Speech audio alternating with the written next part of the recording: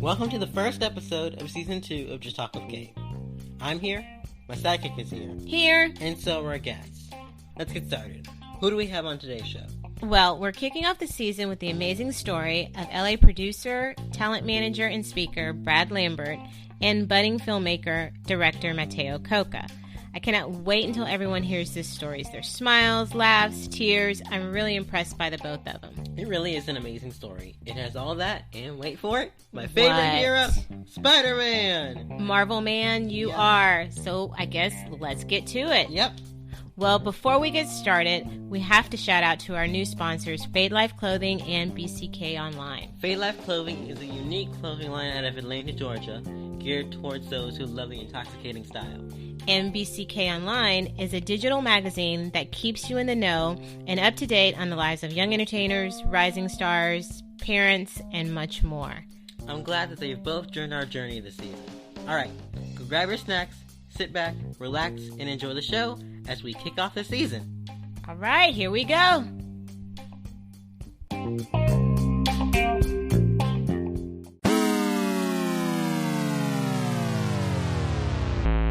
Brad and Mateo, welcome to the show. We're glad that you both could join us for the very first episode of Season 2.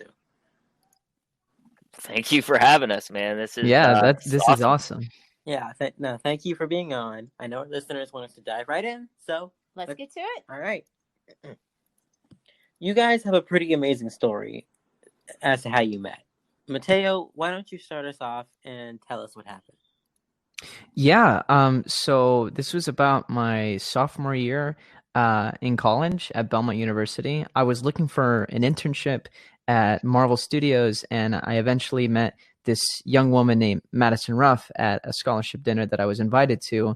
And I shared with everyone at the table that I was looking for an internship, and if anyone knew anyone at Marvel. And then she told me that she knew someone who worked for Robert Downey Jr., and that's how I initially got connected to Brad. We were like on the phone for like an hour, 3 hours, right? Yeah, it was closer to 3. Yeah. Yeah. Wow.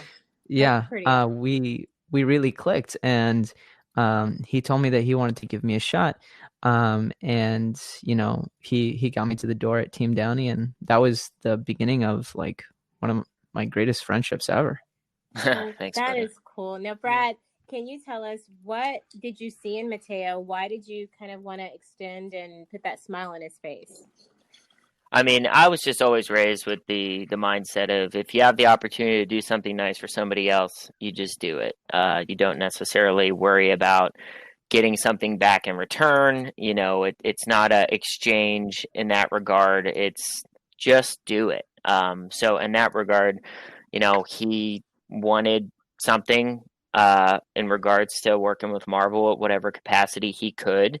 I resonated with that because that's exactly kind of how I carried myself as well. I'm a huge Marvel fan, so that's what I was striving to do to some capacity. So I was able to, you know, with my relationships and, you know, whatnot, be able to kind of open the door, crack the door for him to be able to shine. And his story was remarkable, and he's just a good person, which is rare in today's world. So, you know, when you meet those kind of people, you even want to go further into helping them succeed. That's amazing. That's amazing. Yeah. Starting with Mateo, can you guys tell us about your personal journeys in the entertainment industry and how it started? Yeah, so for me, it really started at Belmont. I was studying motion pictures. I recently graduated, and you know, thank you so much. I really appreciate it. And you know, I had a passion for storytelling. I had a passion for film, and I wanted to be a director. And so I was doing a lot of short films and music videos, but you know, my journey really jump started when I was at Team Downey, and that obviously wouldn't be possible if it wasn't for Brad putting me at the door. And I thank him like all the time for it. He knows it, and I'm just super grateful for it.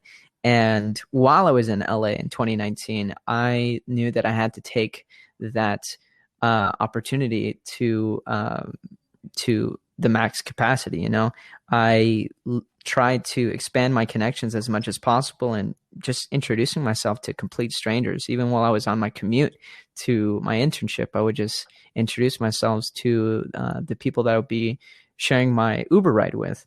And that's how I started to get connected with people at Disney Animation. And, I'm just trying to do as much as I can now and expanding my connections virtually since we're in quarantine. And, I've really just started, and I'm grateful to have the experience that I've had. And honestly, I'm just looking forward to the future because um, uh, I'm just getting started. And I don't mean to say that like, oh, I'm just getting started, just wait.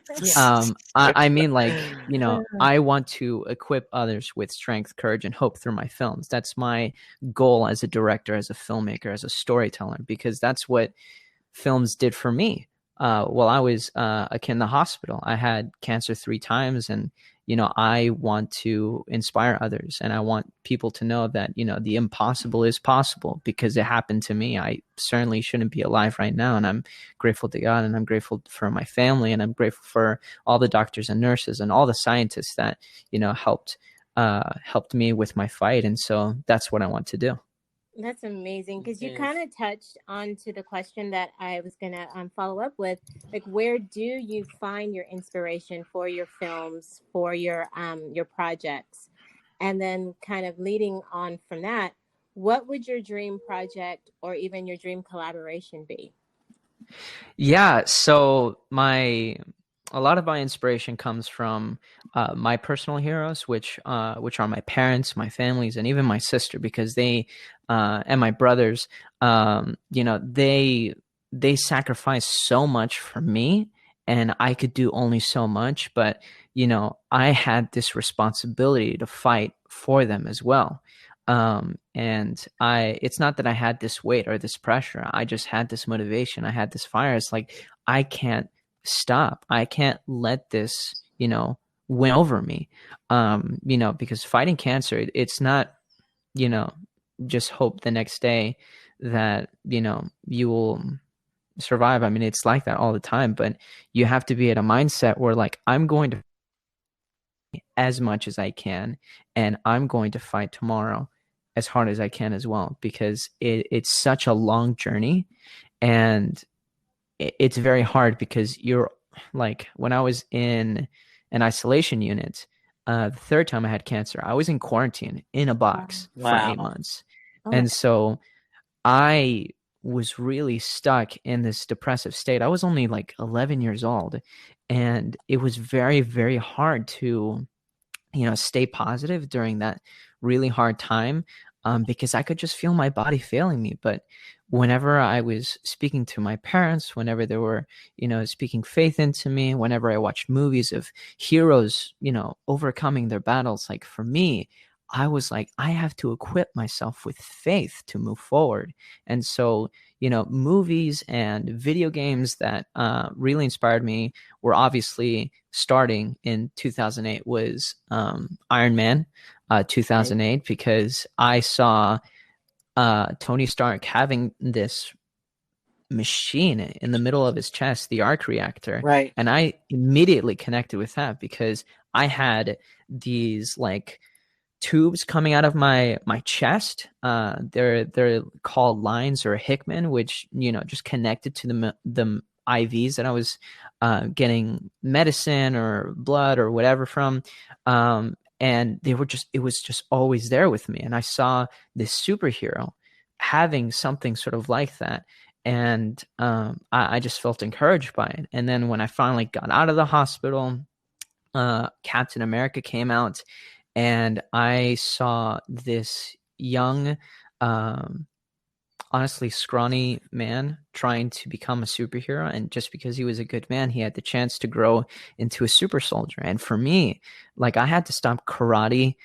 I was doing karate when I was 10 years old, and I got into a green belt. And then I was diagnosed the 3rd time with cancer, and I had to spend my 11th birthday during my treatment. But in 2009, I got out of the hospital, and the first thing I wanted to do was get back into karate. So I did private lessons with him. And then 3 years later, I I tested for my black belt, and that seemed really impossible. And you're asking some kid who just went through cancer for the third time to run 2 miles, to fight against other energetic kids and break 2 boards, one with his elbow and one with his leg in midair. Like that, you're asking for the impossible. But for me, I just thought of, everything. I just remembered where I started from, and I was not going to let that stop me. And so I obviously got my black belt at that time. And, I realized that cancer is finally behind me, and that I'm on my journey to be like the heroes that inspired me. And so for my films, I want to show and I want to tell stories of, unlikely heroes overcoming impossible odds, because we all need faith. We all need encouragement, and we all need hope, especially during times like these. Absolutely. Yeah. Brad, can you tell us how your personal journey in the entertainment industry started? First off, how can you not love this kid? You know what I mean? Like, I'm speechless. Mateo, give me a break. Yeah, I am too. You have me speechless, and that's pretty hard to do. So, yeah. I mean, thank you. You are an amazing person. So, absolutely. I really appreciate that. Thank you. You guys are awesome too. Anyways, back to me. Kidding. Let's talk about Brad. My journey. I'm a passion-driven guy. From early onset of high school, I wanted to do things I love, be around people I love. So that was kind of my mindset. So early on, I wanted to be involved with my favorite athletes. I was born and raised in Pittsburgh, so I'm a huge Steeler fan, Penguins fan. So I wanted to work with my guys. So I set out to add whatever value I could for those guys at whatever capacity I could. So, a lot of marketing, PR, social media, production, whatever form that took, I was doing it. So I got connected to a bunch of the Steelers when I was in high school, and that lasted through college. And I ended up working with different organizations like, the Jets, and I did some work with the Steelers. And, then I ended up working with some sports agencies and, different brands along those lines. So I was in the sports industry for a while. I actually worked in the Arena Football League for a while, which was a lot of fun. But my passion for film and entertainment was always in the background. I wanted to find a way to, take that shot before it was too late. Because at the time I was like 24, 25. And if it was like, I got to make this move before I miss out. And life's beautiful because you just never, you can plan all you want, but it just doesn't work that way sometimes, but in this case, life had a funny way of coming together, and it was very storybook, almost movie scripted, where I got connected to somebody. We built a beautiful friendship, and this man ended up opening a door for me, as I did for Mateo. And, I was able to get an opportunity to move out to Los Angeles and work with Robert Downey Jr. and his incredible team. So that was just, it still blows my mind to this day. I'm literally at my desk right now as I speak to you, looking up at a personalized signed Iron Man 3 poster from Robert. Wow. And awesome. That is like that. And that by no means is a flex, but it just shows you like dream big, be a good person, and you can see your dreams come to life. And it was just one of those things where like, that's why I always say be good to others, because you just don't know who's going to come into your life and how they'll impact your life, good or bad. So it's just always lead with kindness and try to be good to others and add value to others, because ultimately that'll bring happiness to others, but also to yourself. And that is something that is so underrated today. And for whatever reason, kindness has a negative connotation to it, to where it's like you're weak if you're kind, and that could not be more incorrect. It's actually the ultimate strength. So for the listeners out there, if someone's making fun of you because you're nice to other people, they have some things about themselves that are broken.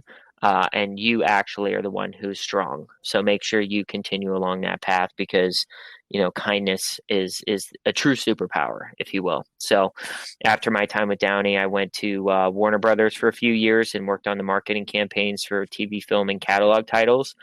And then after that, I've been on my own ever since. I've been independently producing films and TV projects and music videos and anything along those lines that I can add value to from a production standpoint.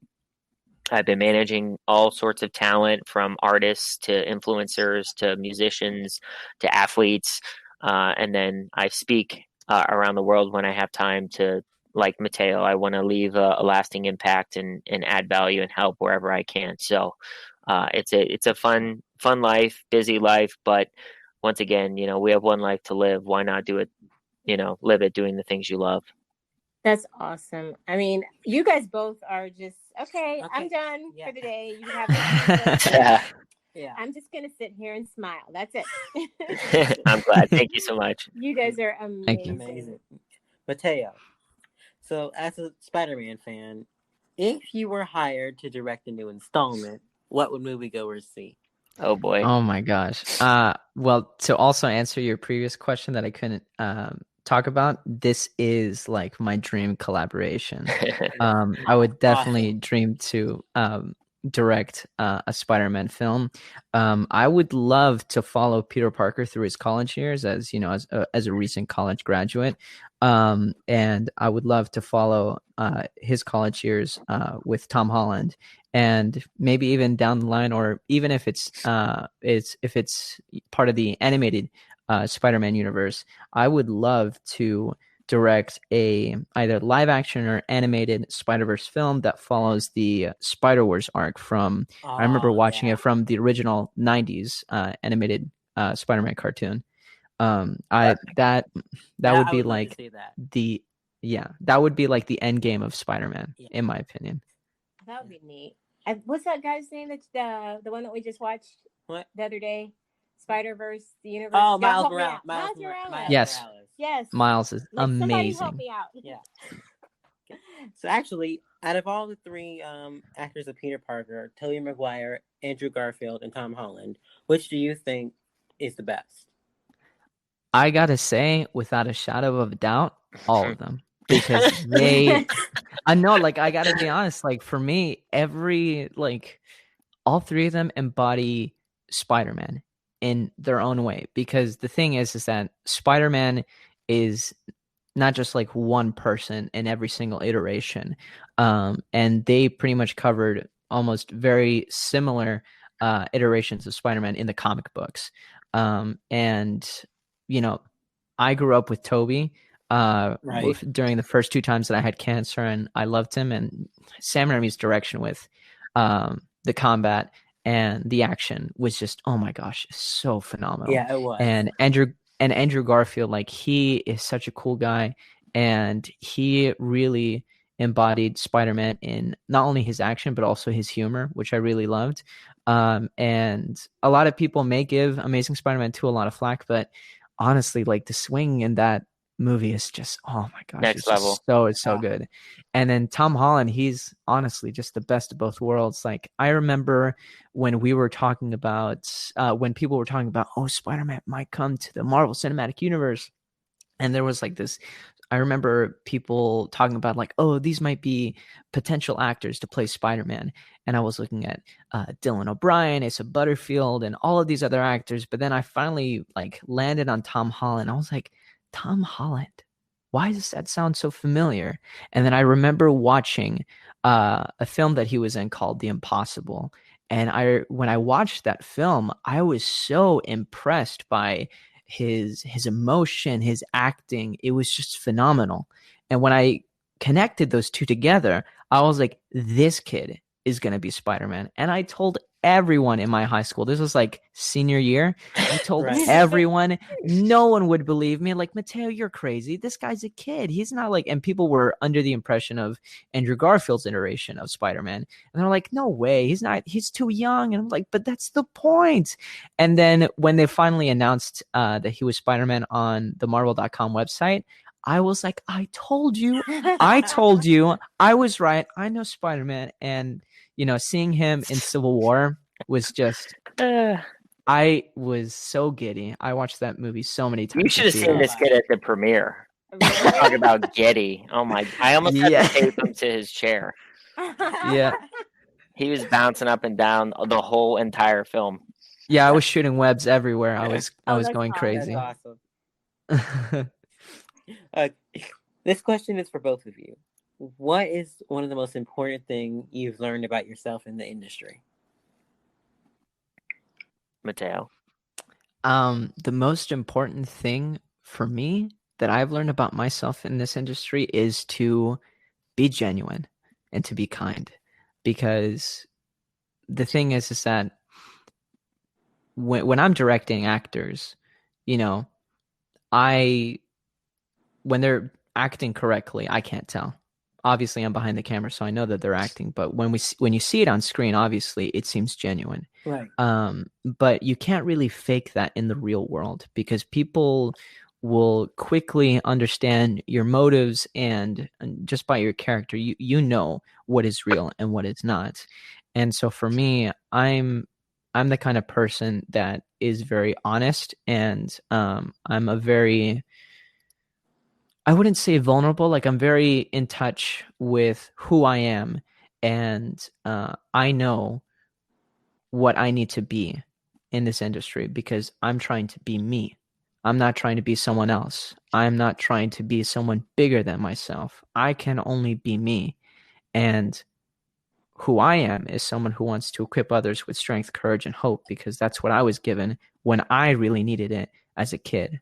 And so I want to spread that joy. I want to spread that kindness. And honestly, if I am ever in an encounter where someone wants to combat it because maybe they're just a really bad person or maybe they have motives that are against me for no reason, because let's be honest, like you will meet people that won't like you and may even want to hurt you or people that you love.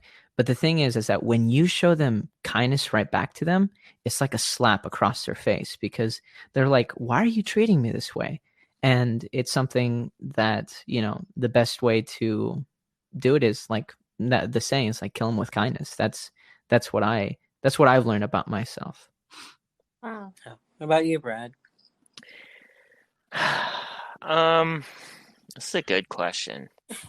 I echo obviously what Mateo said, but for me, what I've learned about myself is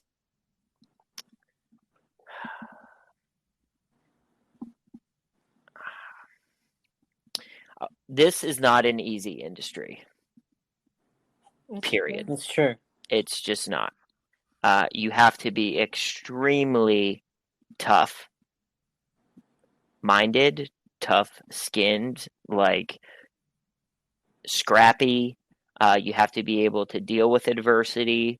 You have to be okay with failure in a sense of when you fail, which you will, you get back up and try again. I've learned that I am a whole lot tougher than previously thought to be.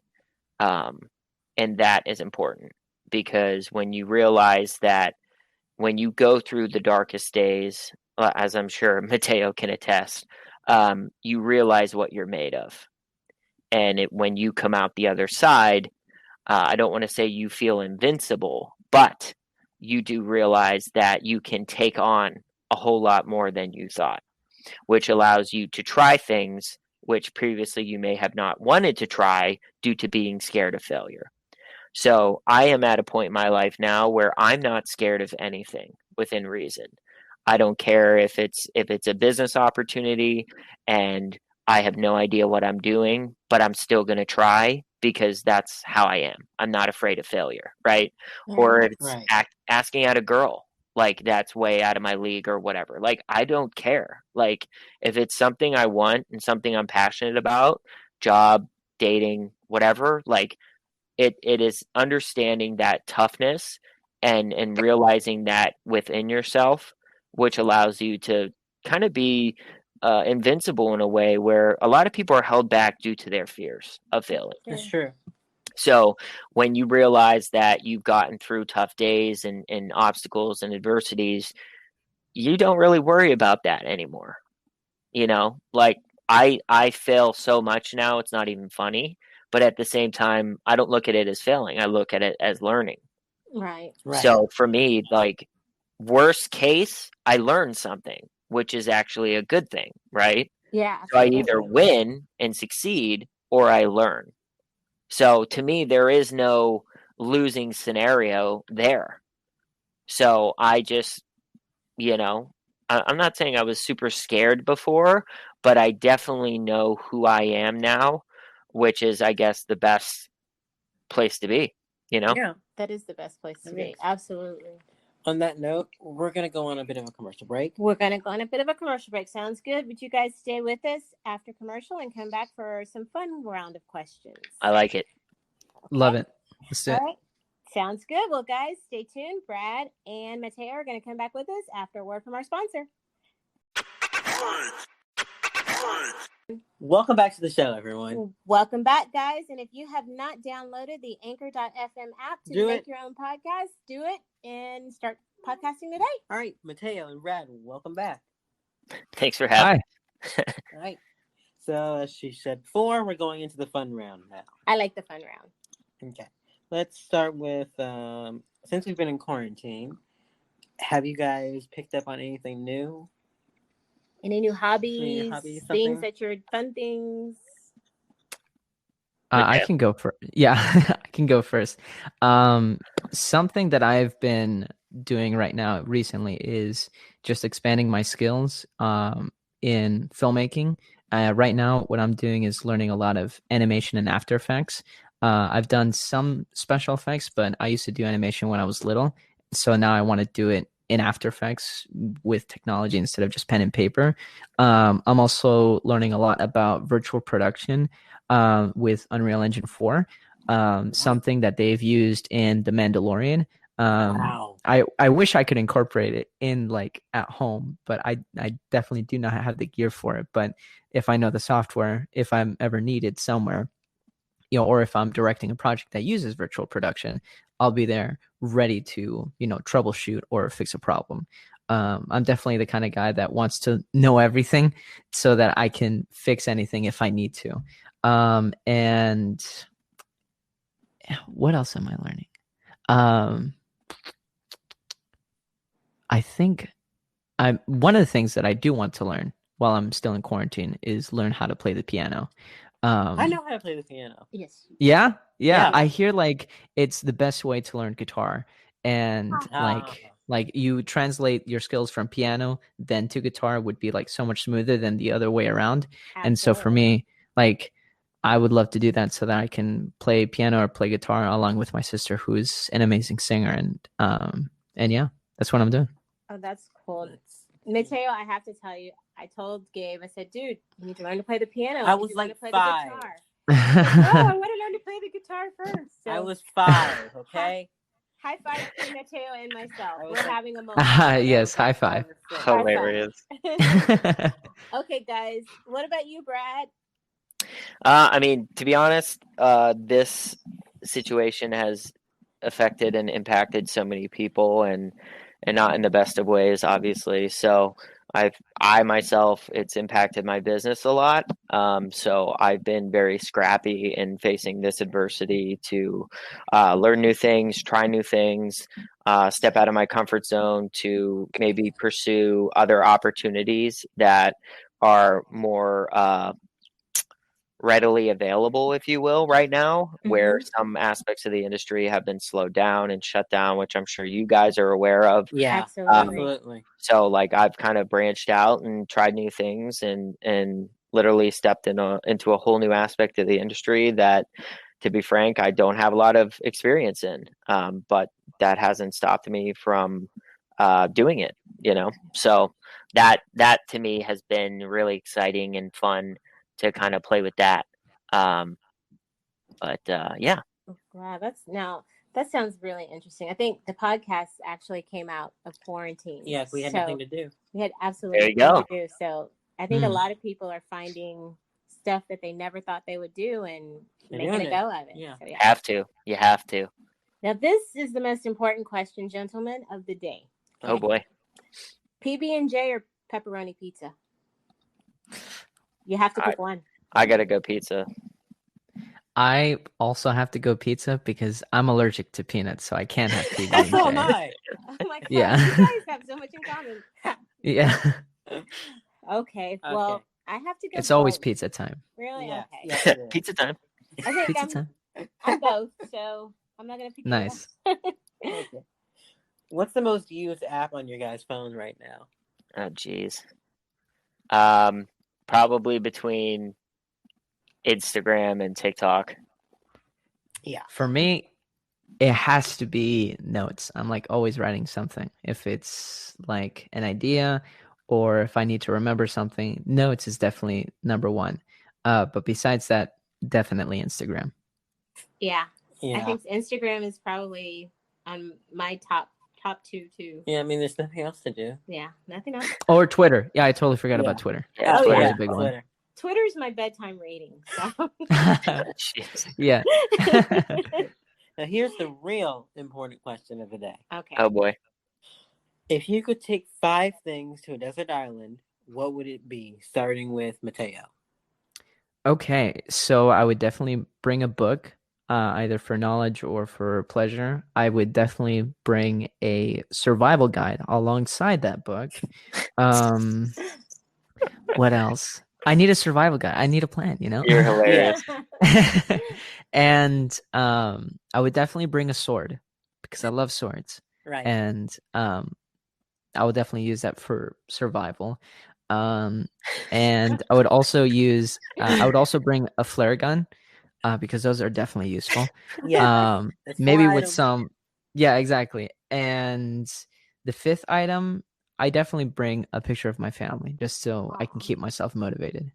Nice. Oh, that's sweet. Yeah. What about you, Brad? He took this so literal. Like, literally. I have to survive. Yeah, you have to. Well, I mean, I'm taking a boat. How about that? Yes. A boat. So I'm not deserted anymore. And then I'd probably bring my family and my dog and some food and drinks. And we'd have ourselves a nice, fun beach day. And then we'll leave. Oh, there you go. There you go. See, dang it, man. Important. Okay. You have to travel back to either the 70s or the 80s, and you have to take one modern day item with you. Which decade, what item, why? Starting with Brad. Oh, I'm going back to the 70s. I got to see my Steelers win 4 Super Bowls. Yeah. I missed out on that, so I'm definitely going to the 70s, and I definitely got to have my cell phone. Okay.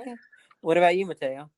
Me, I would definitely go to the 80s, and I would definitely bring, if I can't bring like my cell phone, I would definitely bring my Sony camera so I can just like, document everything. Yep.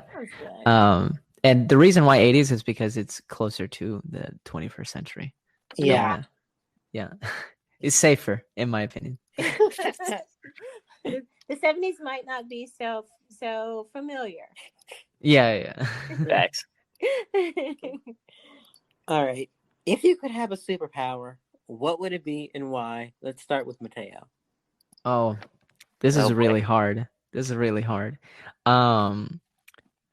The thing is, I would love to have spider powers, but I think the most convenient and useful power has to be super speed. Yes. Because thank you. Like it's the most practical. It's the most like I would love to fly, honestly, but like, if I'm in a hurry, I just use my superpowers to use my super speed, it's like it's the most useful. It's the most useful. Unless you run into a wall. Yeah. But then you can vibrate. Yeah. Vibrate through the wall. He's going full Flash right now. Yeah. Oh heck yeah. If not like supersonic speed, like Sonic the Hedgehog, I'd be okay with that kind of speed too. Oh yeah. Okay. What about you, Brad? Teleportation. That's also practical. Yeah, mm-hmm. I would love to, like, I have a lot of family and friends on the East Coast, so just like I don't know if you're familiar with like Dragon Ball Z, but Goku has instant Heck yeah. transmission. Just to be able to literally zip across the East Coast and see my family, or zip across the East Coast to see my friends, or obviously most practical, zip across on Sundays and see my Steelers play at Heinz Field. Nice. And for just sporting events in general, seeing the Pens and stuff like that. But moving 3,000 miles away from your friends and family is Wow. difficult. Yeah. So opportunity to go see them whenever, however, and then especially in LA with traffic, forget that. So I'm definitely taking teleportation. It could be Goku esque, or it could be Nightcrawler esque. Oh yes, Nightcrawler. Yeah. Yeah. So, but then you But have super speed would help with the traffic too. Just 100%. saying. But what's wrong with telepathy? Can someone tell me? I just want to Nothing, see it's just what creepy. people are thinking. But creepy. No, Creepy. too dangerous. You're gonna find some messed up minds out there. Yeah, This is that's true. Yeah. That is true. But you kind of just want to. You have that one person that and you guys have both right now pictured that one person in your head that you really want to know what they're thinking. Yeah. There Sure. you go. See, there you go. Okay, true, but that's just kind of creepy. I'm not doing that. Yeah, I mean, if only it was as simple as just asking them to be truthful, Yeah. Well, Remember those days? Yeah, those days would be good. But oh, the good old days. Yeah. What's one piece of advice that you were given that you've implemented? Let's start with Mateo. Definitely love your neighbor as yourself. That's universal. Always. That's awesome. Okay. How about you, Brad? I mentioned it earlier. It goes back to the kindness thing for me. You just got to lead with kindness, add value wherever you can, and I promise you that will open a lot of doors for yourself. That's cool. What's one thing that you want your audience to know about you? Let's start with Brad. What capacity are we talking about here? Anything you want. What's the one thing, if you had only one thing just to shout out and say, this is what I want you to know about me, what would it be? I am super sarcastic. Awesome. I love that. Like over the top, as I think I've just displayed briefly on this podcast. But that's one thing I obviously resonate with Tony Stark and Robert himself. So it's a fun quality to have, and in my opinion, it just makes things more interesting. You got to have fun in life, so why not be sarcastic? Yeah, my mom has the most sarcastic humor, and it's so funny because she's so quiet, and like people think she's shy, but I just like, haha, you just wait till you get to know her. It's fantastic. Yeah, it is. What about you, Mateo? For me, I mean, I definitely took this question in a different light, but for me, what I want people to know of me is that I'm grateful for all the adversity that I've been through. Like, you might think like I'm grateful to go through cancer. I'm grateful to go through that because I was able to learn so much about myself, about my faith, about my family, and what I want to do in life.